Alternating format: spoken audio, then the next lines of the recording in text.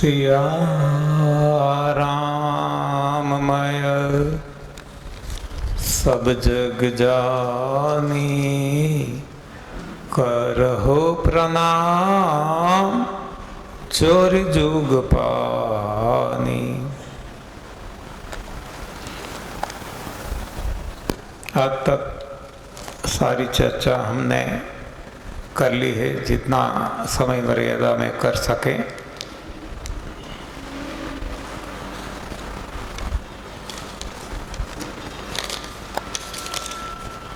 सवाल के जवाब भी कल दे दिए हैं। आज 2 सवाल आए हैं, पहले ये ले लेते हैं, बाद में जितना समय रहेगा उस हिसाब से हमारी यात्रा आगे चलेगी। ये गुजराती में लिखा है, અમે કોણ તમોને સવાલ કરવાવાળા, કારણ બધા જ જવાબો વગર પૂછે તમારી શિબિરમાં મળી જાય છે, છતાં એક મનમાં આવે છે કે આ 5 દિવસમાં ઉપવાસના ટાઈમે 11 વાગે ઓટોમેટિક શ્વાસની રિધમ માં મન પરોવાઈ જાય છે અને બંને ડાબો જમણો શ્વાસ એક થઈ મંદ થાય છે, તો આને શું ગણવું, કૃપા કરી જણાવશો। हिंदी में ट्रांसलेट करें तो सवाल ये है कि उपवास के दौरान करीब 11 बजे दाहिना और बायां दोनों श्वास एक हो जाते हैं और गति मंद हो जाती है, तो इसका क्या कारण हो सकता है।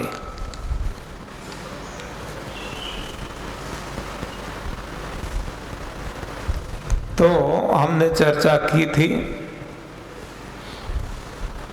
कि मनु शतरूपा जो हमारे पूर्वज माता पार्वती जी, ध्रुव जी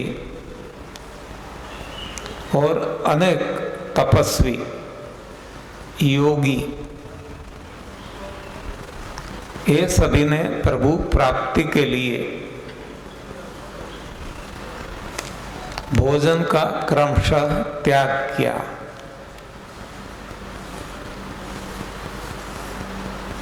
एकाहार पे आ गए, बाद में निराहार पे आ गए, मुंह से खाना टोटली बंद।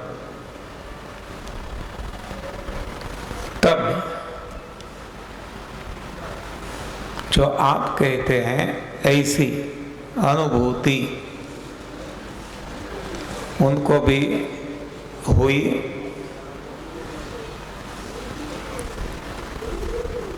दाहिनी जो नाड़ी है इसको सूर्य नाड़ी कहा जाता है, बाईं ओर की नाड़ी चंद्र नाड़ी कहा जाता है। तो ये बदलती रहती है इन नॉर्मल कोर्स, हमें पता भी नहीं चलता। जब दाहिनी से बाईं ओर चेंज ओवर होती है, तब कुछ क्षण के लिए ये 0 हो जाती है, यानी कि मध्य में आ जाती है, जिसको सुषुम्ना नाड़ी कहा जाता है।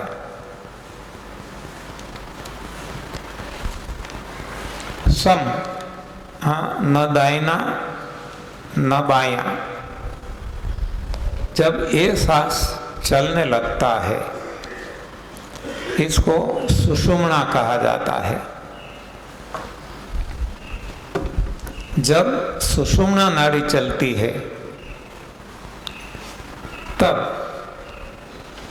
जो अनुभवी लोग हैं उन्होंने कहा है कि प्रभु प्राप्ति तब होती है सुषुम्ना में, सूर्य या चंद्र नाड़ी में नहीं।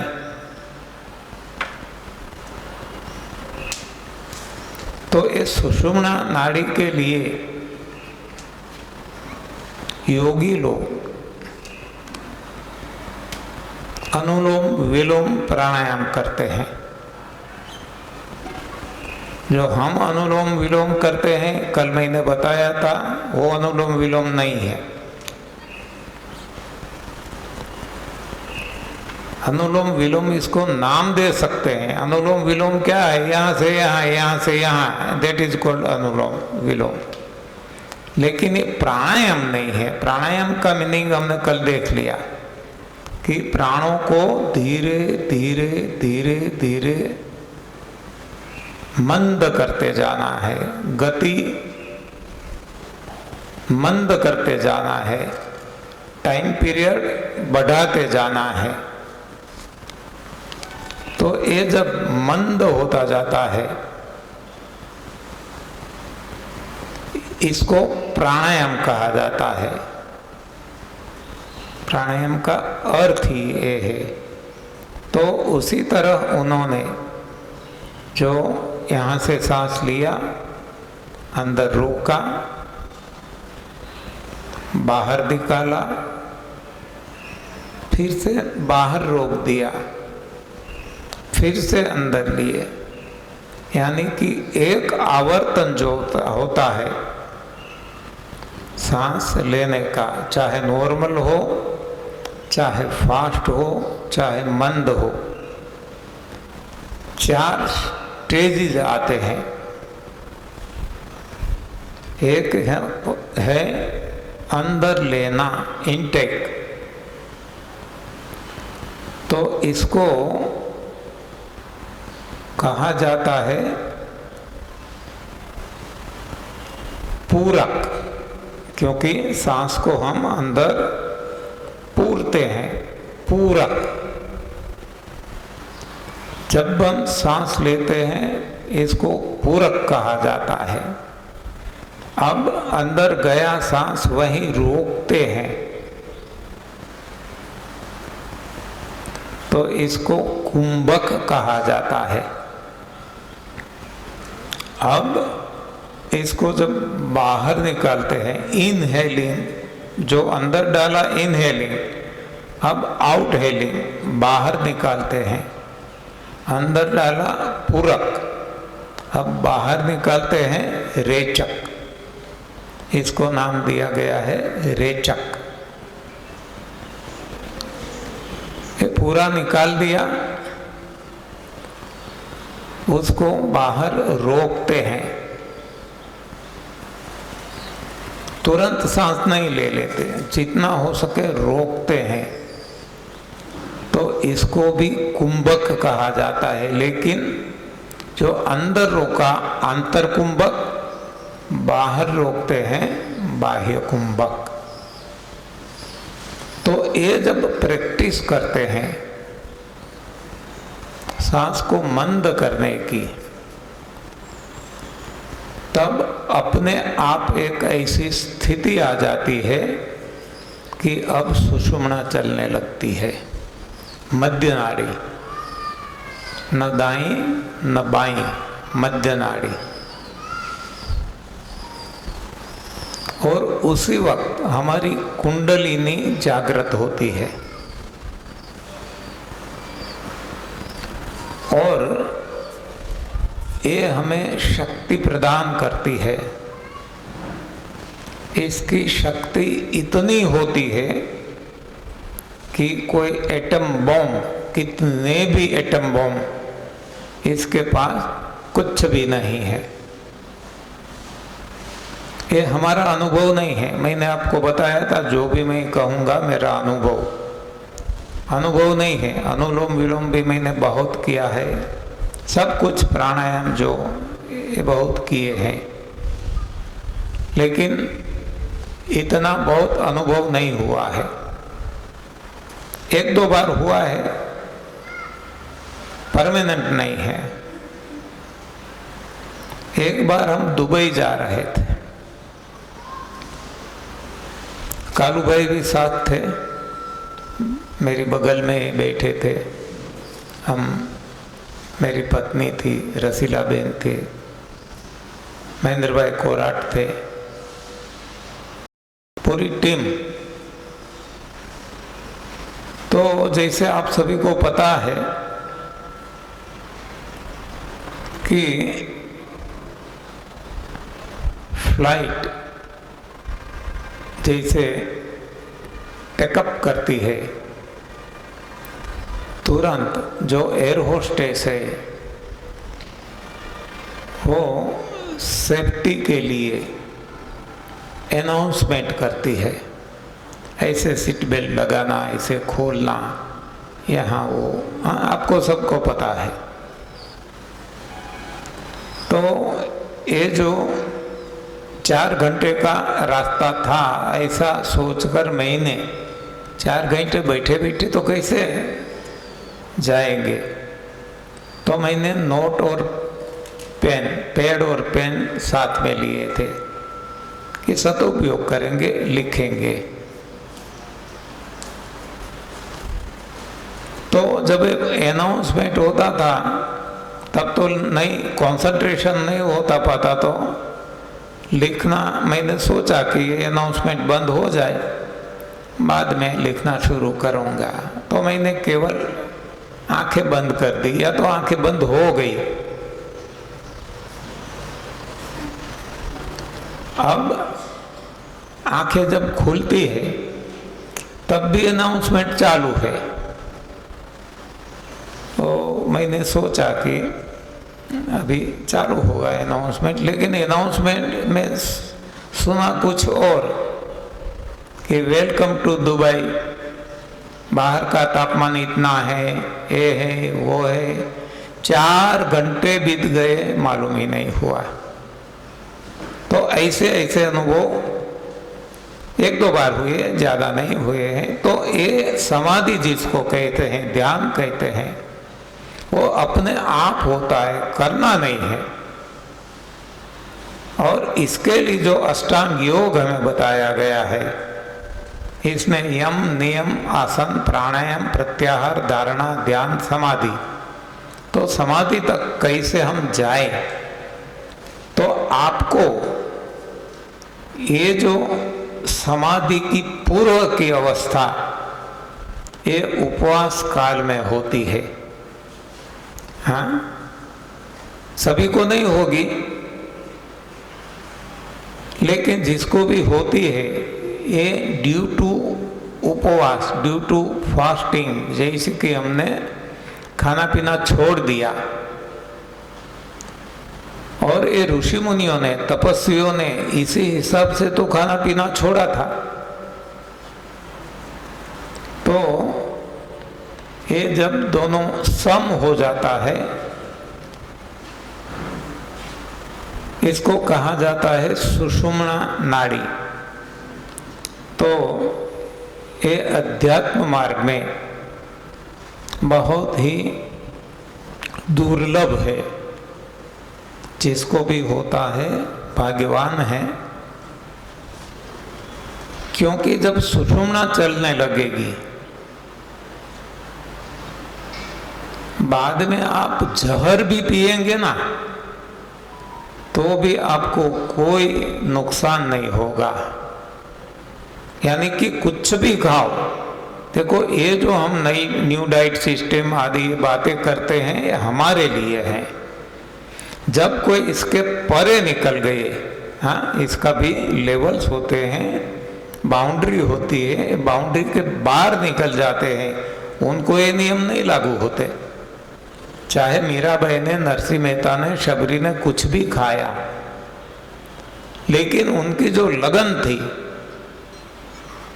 हाँ, वहाँ ये भोजन का महत्व नहीं रहता। वो खाए तो भी ठीक है, न खाए तो भी ठीक है, और जहर भी पिए उनको कुछ नहीं होगा। तो ये स्थिति है, ये आगे की स्थिति है।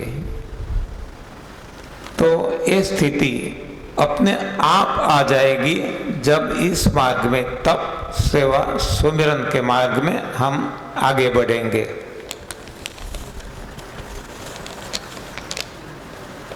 बीजू 55 થી 60 વર્ષ પછી વાનપ્રસ્થ જીવનમાં પતિ પત્ની એક કેવું જીવન જીવવું, ખાસ સેક્સ લાઈફમાં તો કૃપા કરી સમાધાન કરશો, કારણ ધર્મગુરુઓ પાસે આવા સવાલના જવાબ માટે ટાઈમ નથી। આજથી તમો જ અમારા ગુરુજી, તમો જ સાચા સદગુરુ, साचा मार्गदर्शक। जय गुरुदेव। ये तो आपका बड़प्पन है कि आप हमें गुरुजी कहते हैं। बाकी मैंने तो पहले ही आपको बताया कि मैं तो नालायक हूँ। हाँ, मेरे पास कौन सी लायकात है। हाँ, मैं एकदम आपसे भी नीचा आदमी हूँ। ऊंचा तो इसलिए बैठना पड़ता है ये अरेंजमेंट के हिसाब से। तो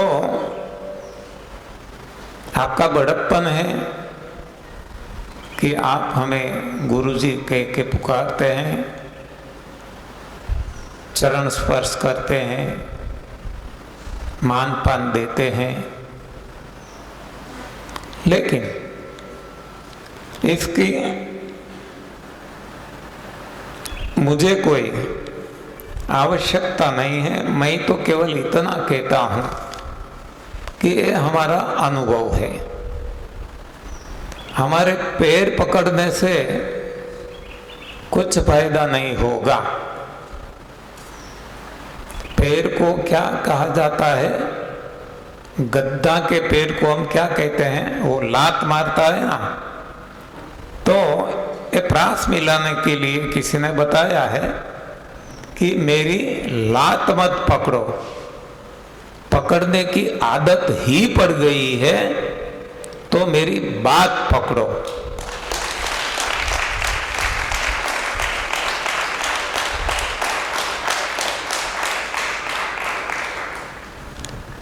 तो ये जो सवाल है कि वानप्रस्थ आश्रम, जिसको आज की टर्मिनोलॉजी में हम कहें सीनियर सिटीजन, हाँ, ये हमारा वानप्रस्थ रिटायर हो जाते हैं ना जॉब से, तो उस वक्त पति और पत्नी के बीच कैसा व्यवहार होना चाहिए, पर्टिकुलरली वो पूछते हैं सेक्स के बारे में। तो मैं कहता हूं अनुभव के आधार से, डोंट वरी एट ऑल। व्यवहार जो करेंगे वो क्रिया है, लेकिन जो अपने आप होगा वो नेचुरल है, वो प्राकृतिक है, वो कुदरती है। इस हिसाब से मैं कहता हूं कि डोंट डू एनीथिंग, कुछ भी मत कीजिए। तो क्या हाथ पैर जोड़ के बैठे रहना, सांस भी नहीं लेना, ये भी क्रिया है ना, सांस लेना छोड़ना। ऐसा नहीं है। आगे मैं कहता हूं don't do anything, let it happen whatever is happening. जो भी होता है उसे होने दीजिए, हम बीच में टांग न डाले बस। तो जो होता है प्रभु मर्जी से होता है। हम कहते हैं ना कि वो ही होता है जो मंजूरे खुदा होता है। तो जो खुदा को मंजूर है, हमारे अंदर बैठे भगवान को मंजूर है, वो करना चाहते हैं, इसमें टांग न डालो, उसको होने दो। तो यहाँ भी हमें केवल जो प्रभु ने भोजन दिया हमारे लिए वो ही खाना है, उन्होंने जो हवा दी वो ही लेना है, उन्होंने जो पानी दिया वो ही पीना है, यानी कि बी नेचुरल।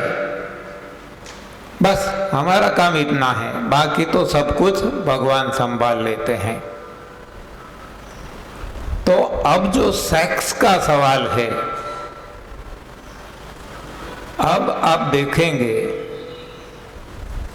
कि आपकी जो सेक्सुअल इच्छाएं हैं अब नहीं होगी।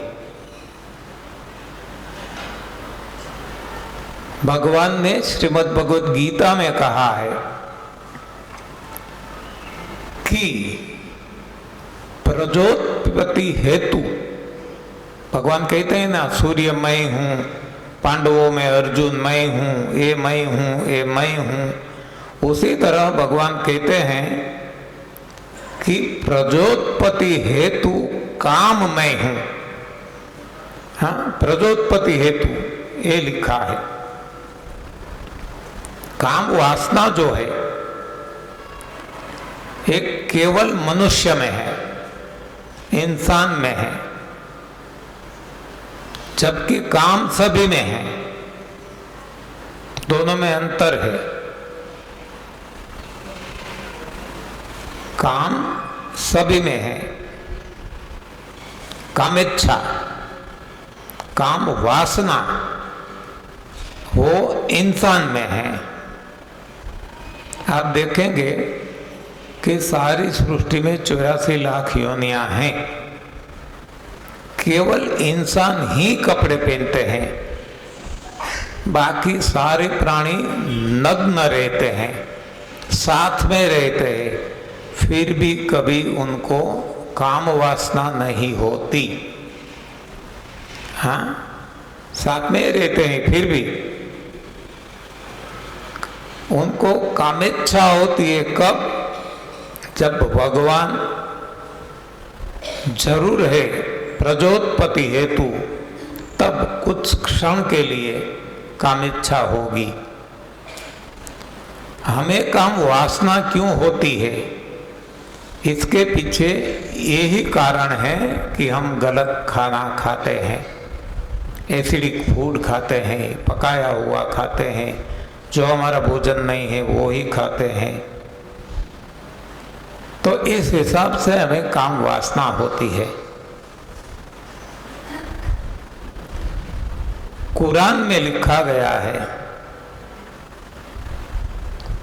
कि एक गलत आहार के कारण काम वासना का जन्म होता है। तो हम उपचार क्या करते हैं? बाहरी उपचार है हमारे सारे, हम डीप में जाते ही नहीं है, भीतर जाते ही नहीं है। काम वासना हुई तो हम क्या करेंगे कि आपस में रहते हैं ना, साथ में रहते हैं, इसलिए काम वासना होती है। तो हम क्या करते हैं, कोई आश्रम में आप जाएंगे, वहाँ या तो जेंट्स को परमिशन है, लेडीज को नहीं है, लेडीज को है तो जेंट्स को नहीं है, या तो दोनों को है तो दोनों के आवास, जेंट्स यहाँ लेडीज यहाँ, हाँ दूरी रखी गई है। तो दूरी रखने से भी काम वासना खत्म नहीं होगी, ये स्पष्ट लिखा है कुरान में। क्योंकि वहाँ कहा गया है कि आप दूरी बना लोगे, लेकिन आँख जो काम वासना का जन्म होता है आंखों से होता है, नजरियों से होता है, देखने से इच्छा होती है। जैसे खाने की इच्छा घ्राणेन्द्रिय से होती है ना, कोई ऐसी गंध आ जाए तो हमें इच्छा हो जाती है खाने की। तो उसी तरह काम वासना है, इसका द्वार है आंख। तो ऐसा किसी ने बताया तो हमने क्या किया, आंखें बंद कर ली कि हम ध्यान में बैठे, आंखें बंद कर दो। तो आगे बताया गया है वहां कि आप दूरी रखेंगे, आप आंखें बंद कर देंगे, लेकिन काम वासना है भीतर से जन्म लेती है। तो इसको आप कैसे रोकेंगे? तो ये भीतर से जो उत्पन्न होता है ये गलत आहार से होता है। इसलिए कुरान में रोजा रखने को कहा गया है कि रोजा रखो, उपवास करो, काम वासना आपकी अपने आप लुप्त हो जाएगी। और रोजा तो 1 महीने का ही करते हैं, बाकी वहाँ कहा गया है कि सही आहार खाओ। दूसरा कहा गया है कम खाओ। वैसे हम जानते हैं कम खाओ गम खाओ, लेकिन कम किसको कहे वही हमें पता नहीं चलता। वहाँ बताया गया है 1/3 खाओ। जितना हमें स्टमक दिया गया है भगवान के द्वारा, इसमें से 1/3 भोजन से भरना है, और वो भी सही भोजन। 1/3 पानी से भरना है और 1/3 हवा के लिए रखना है। तो यदि इस तरह हम करेंगे, ये हमारा जीवन, हमारी लाइफस्टाइल ऐसे हो जाएगी, तो हमारे जीवन में काम वासना नहीं आएगी, कामुकता नहीं रहेगी, और कामेच्छा होगी, और वो भी जब भगवान चाहते हैं, प्रजोत्पत्ति हेतु। तो ये मेरे ख्याल में है।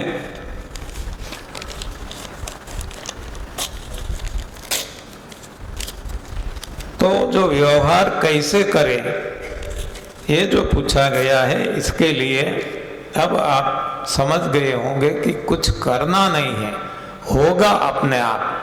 हमें यदि कुछ करना है तो वो ही जो नेचर ने दिया, प्रकृति ने दिया, भगवान ने दिया, बस वो ही खाना पीना है। और केवल खाना पीना नहीं, तो खान पान की बात हुई, रहन सहन भी हमारी।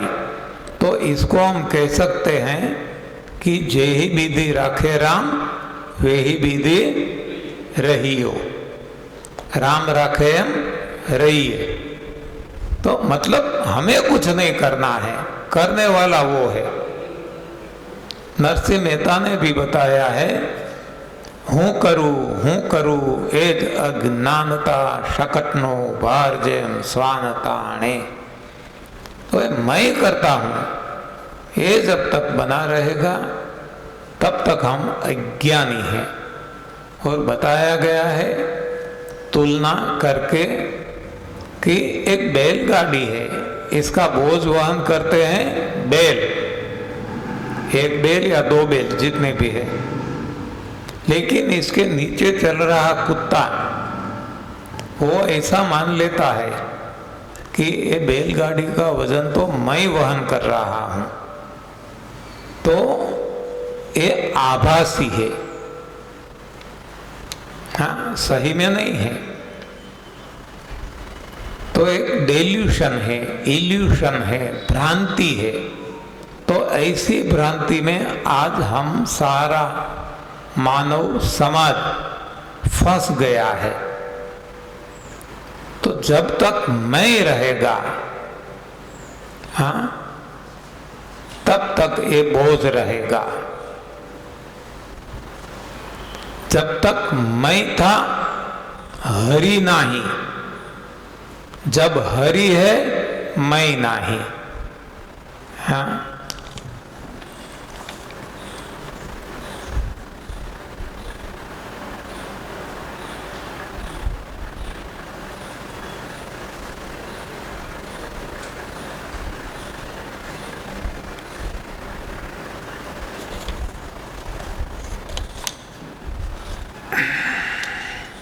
हिंदी जरा ठीक से लिखो भैया। हमें आप तो ठीक से ही लिखते हैं, लेकिन हमें आदत नहीं है ना।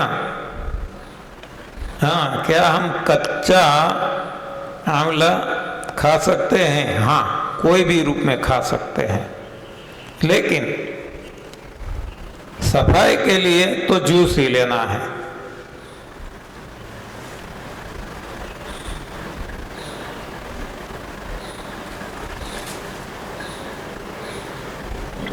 क्या हम आंवला अचार या मुरब्बा आदि ले सकते हैं? ना, ये गलत है। नेचुरल लेना है, हमें बनाया हुआ कुछ नहीं लेना है। गॉड गिवन सब कुछ लेना है जो ईश्वर ने मनुष्य के लिए बनाया। गॉड गिवन, मैन मेड कुछ भी नहीं लेना है। हाँ, बस इतना यदि समझ गए तो सारी समस्याओं का समाधान हो जाएगा, सारे सवाल का जवाब मिल जाएगा। तो सवाल ये दो ही थे, जवाब दे दिए हैं। अब आपको पता चल गया होगा कि दुनिया को सबसे ज्यादा परेशान कोई करता है। दुनिया में ज्यादा जान हानि होती है, तो इसके लिए जिम्मेवार कौन है?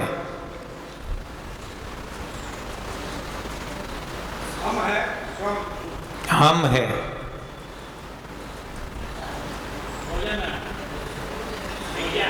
करेक्ट।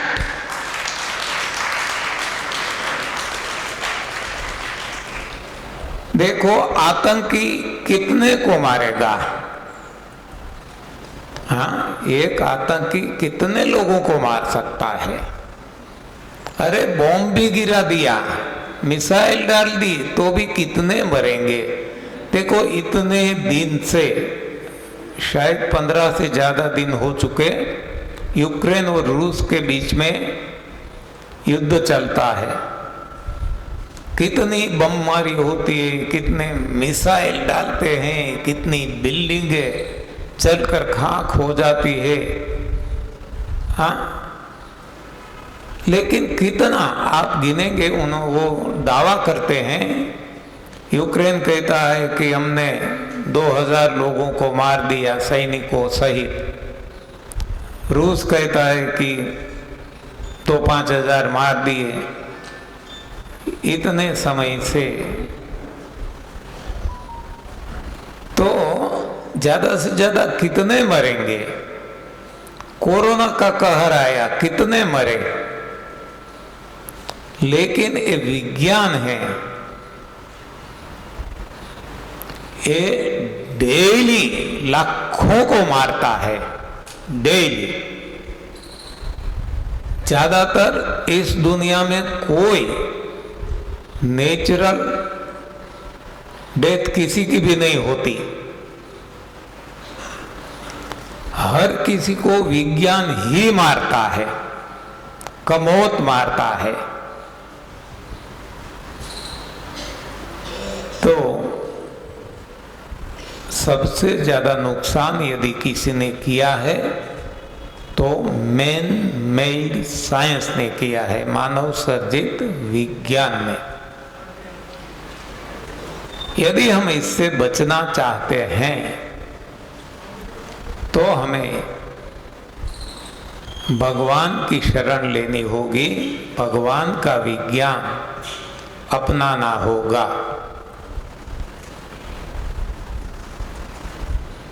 देखो, हमसे ज्यादा, इंसान से ज्यादा निरोग हर कोई पशु पक्षी प्राणी है।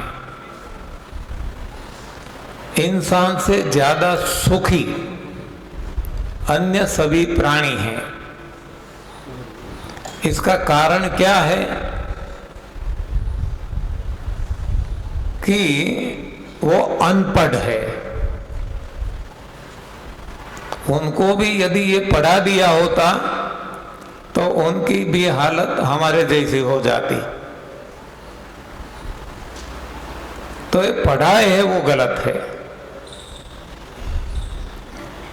तो सही पढ़ाई यदि पढ़ेंगे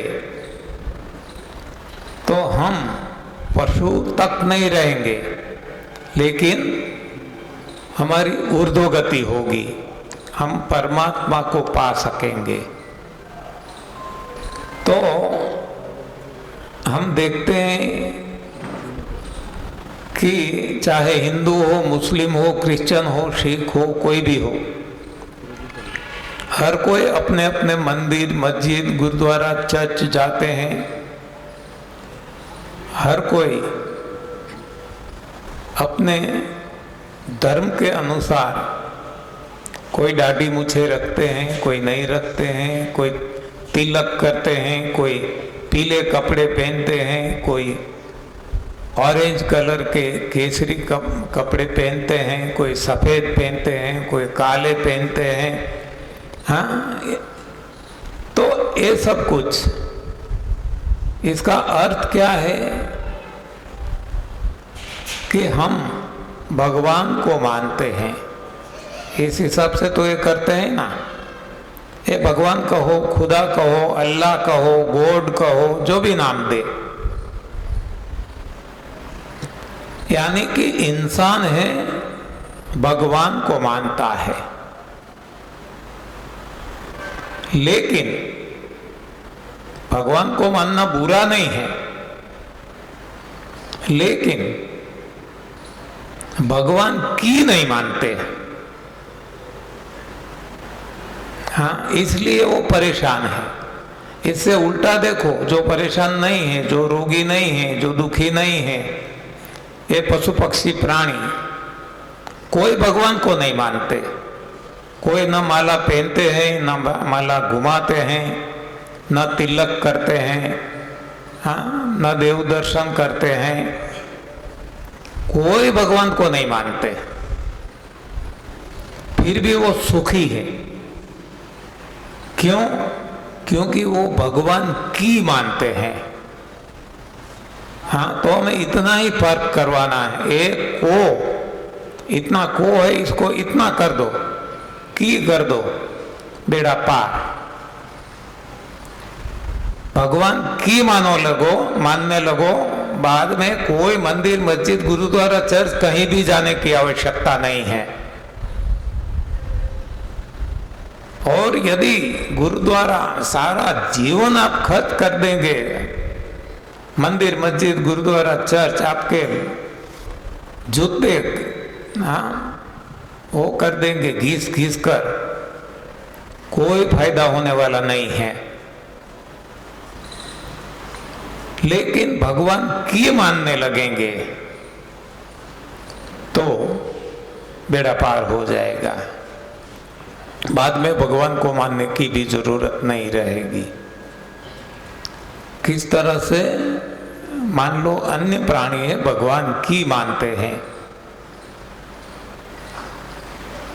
भगवान ने जो ये सृष्टि रची, भगवान ने उनके लिए जो भोजन बनाया, जो सब कुछ जैसे भगवान रखते हैं, जय विधि राखे राम वही विधि रही हो, वो पालन करते हैं। हम तो केवल गाना गाते हैं, बजाते हैं, बस। हाँ, लेकिन सही में पालन वो करते हैं, वो सुखी है। भगवान ने जो बातें की, पत्रम पुष्पम फलम तोयम यो में भक्त्या प्रयच्छति, कंद मूल फल पत्ती पानी, ये वो, ये भगवान ने ही बताया है। ये भगवान की वाणी है, जिसको हम नहीं मानते, हाँ, इसकी अवज्ञा करते हैं, और वही तो हमारे सारे दुखों का कारण है।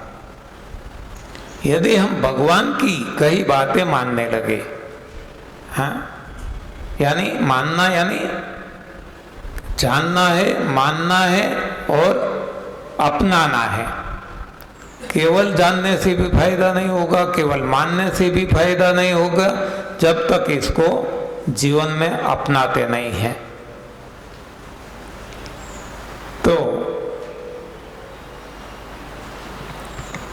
अब कहाँ तक चलाना है मुझे बताना, हमारा तो ये ओवर, ओके। नहीं तो ये तो क्या है, हरि अनंत, हरि कथा अनंता, इसका कोई अंत नहीं है।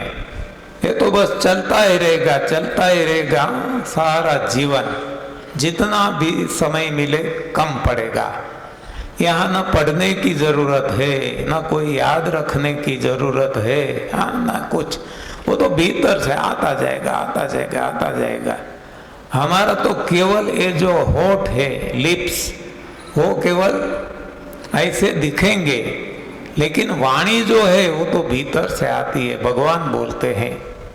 हाँ, हम यदि बोलते तो एक ना एक दिन वो कोटा खत्म हो जाता, लेकिन ये कभी खत्म होने वाला नहीं है, हम खत्म हो जाएंगे। तो ओके, तो आज 5 दिन आपने जो यहाँ से बॉम्बार्डिंग किया गया, हाँ, बातों का, वचनों का आपने सहन किया, इसके लिए आप सभी का धन्यवाद। आपके चरणों में कोटि कोटि वंदन। और हम जानते हैं कि ये सारा शरीर, इसका स्ट्रक्चर जो है वो हड्डियां हैं। हाँ, सभी जगह आप देखेंगे हड्डी हड्डी हड्डी से ही बना है,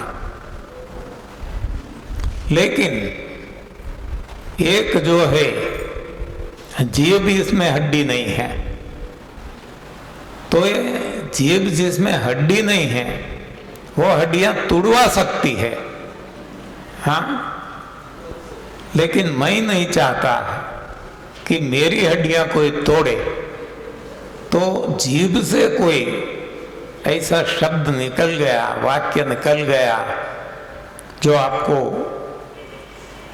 अच्छा नहीं लगा, बुरा लगा, तो मैं आपसे क्षमा चाहता हूँ। मिच्छामि दुक्कडम।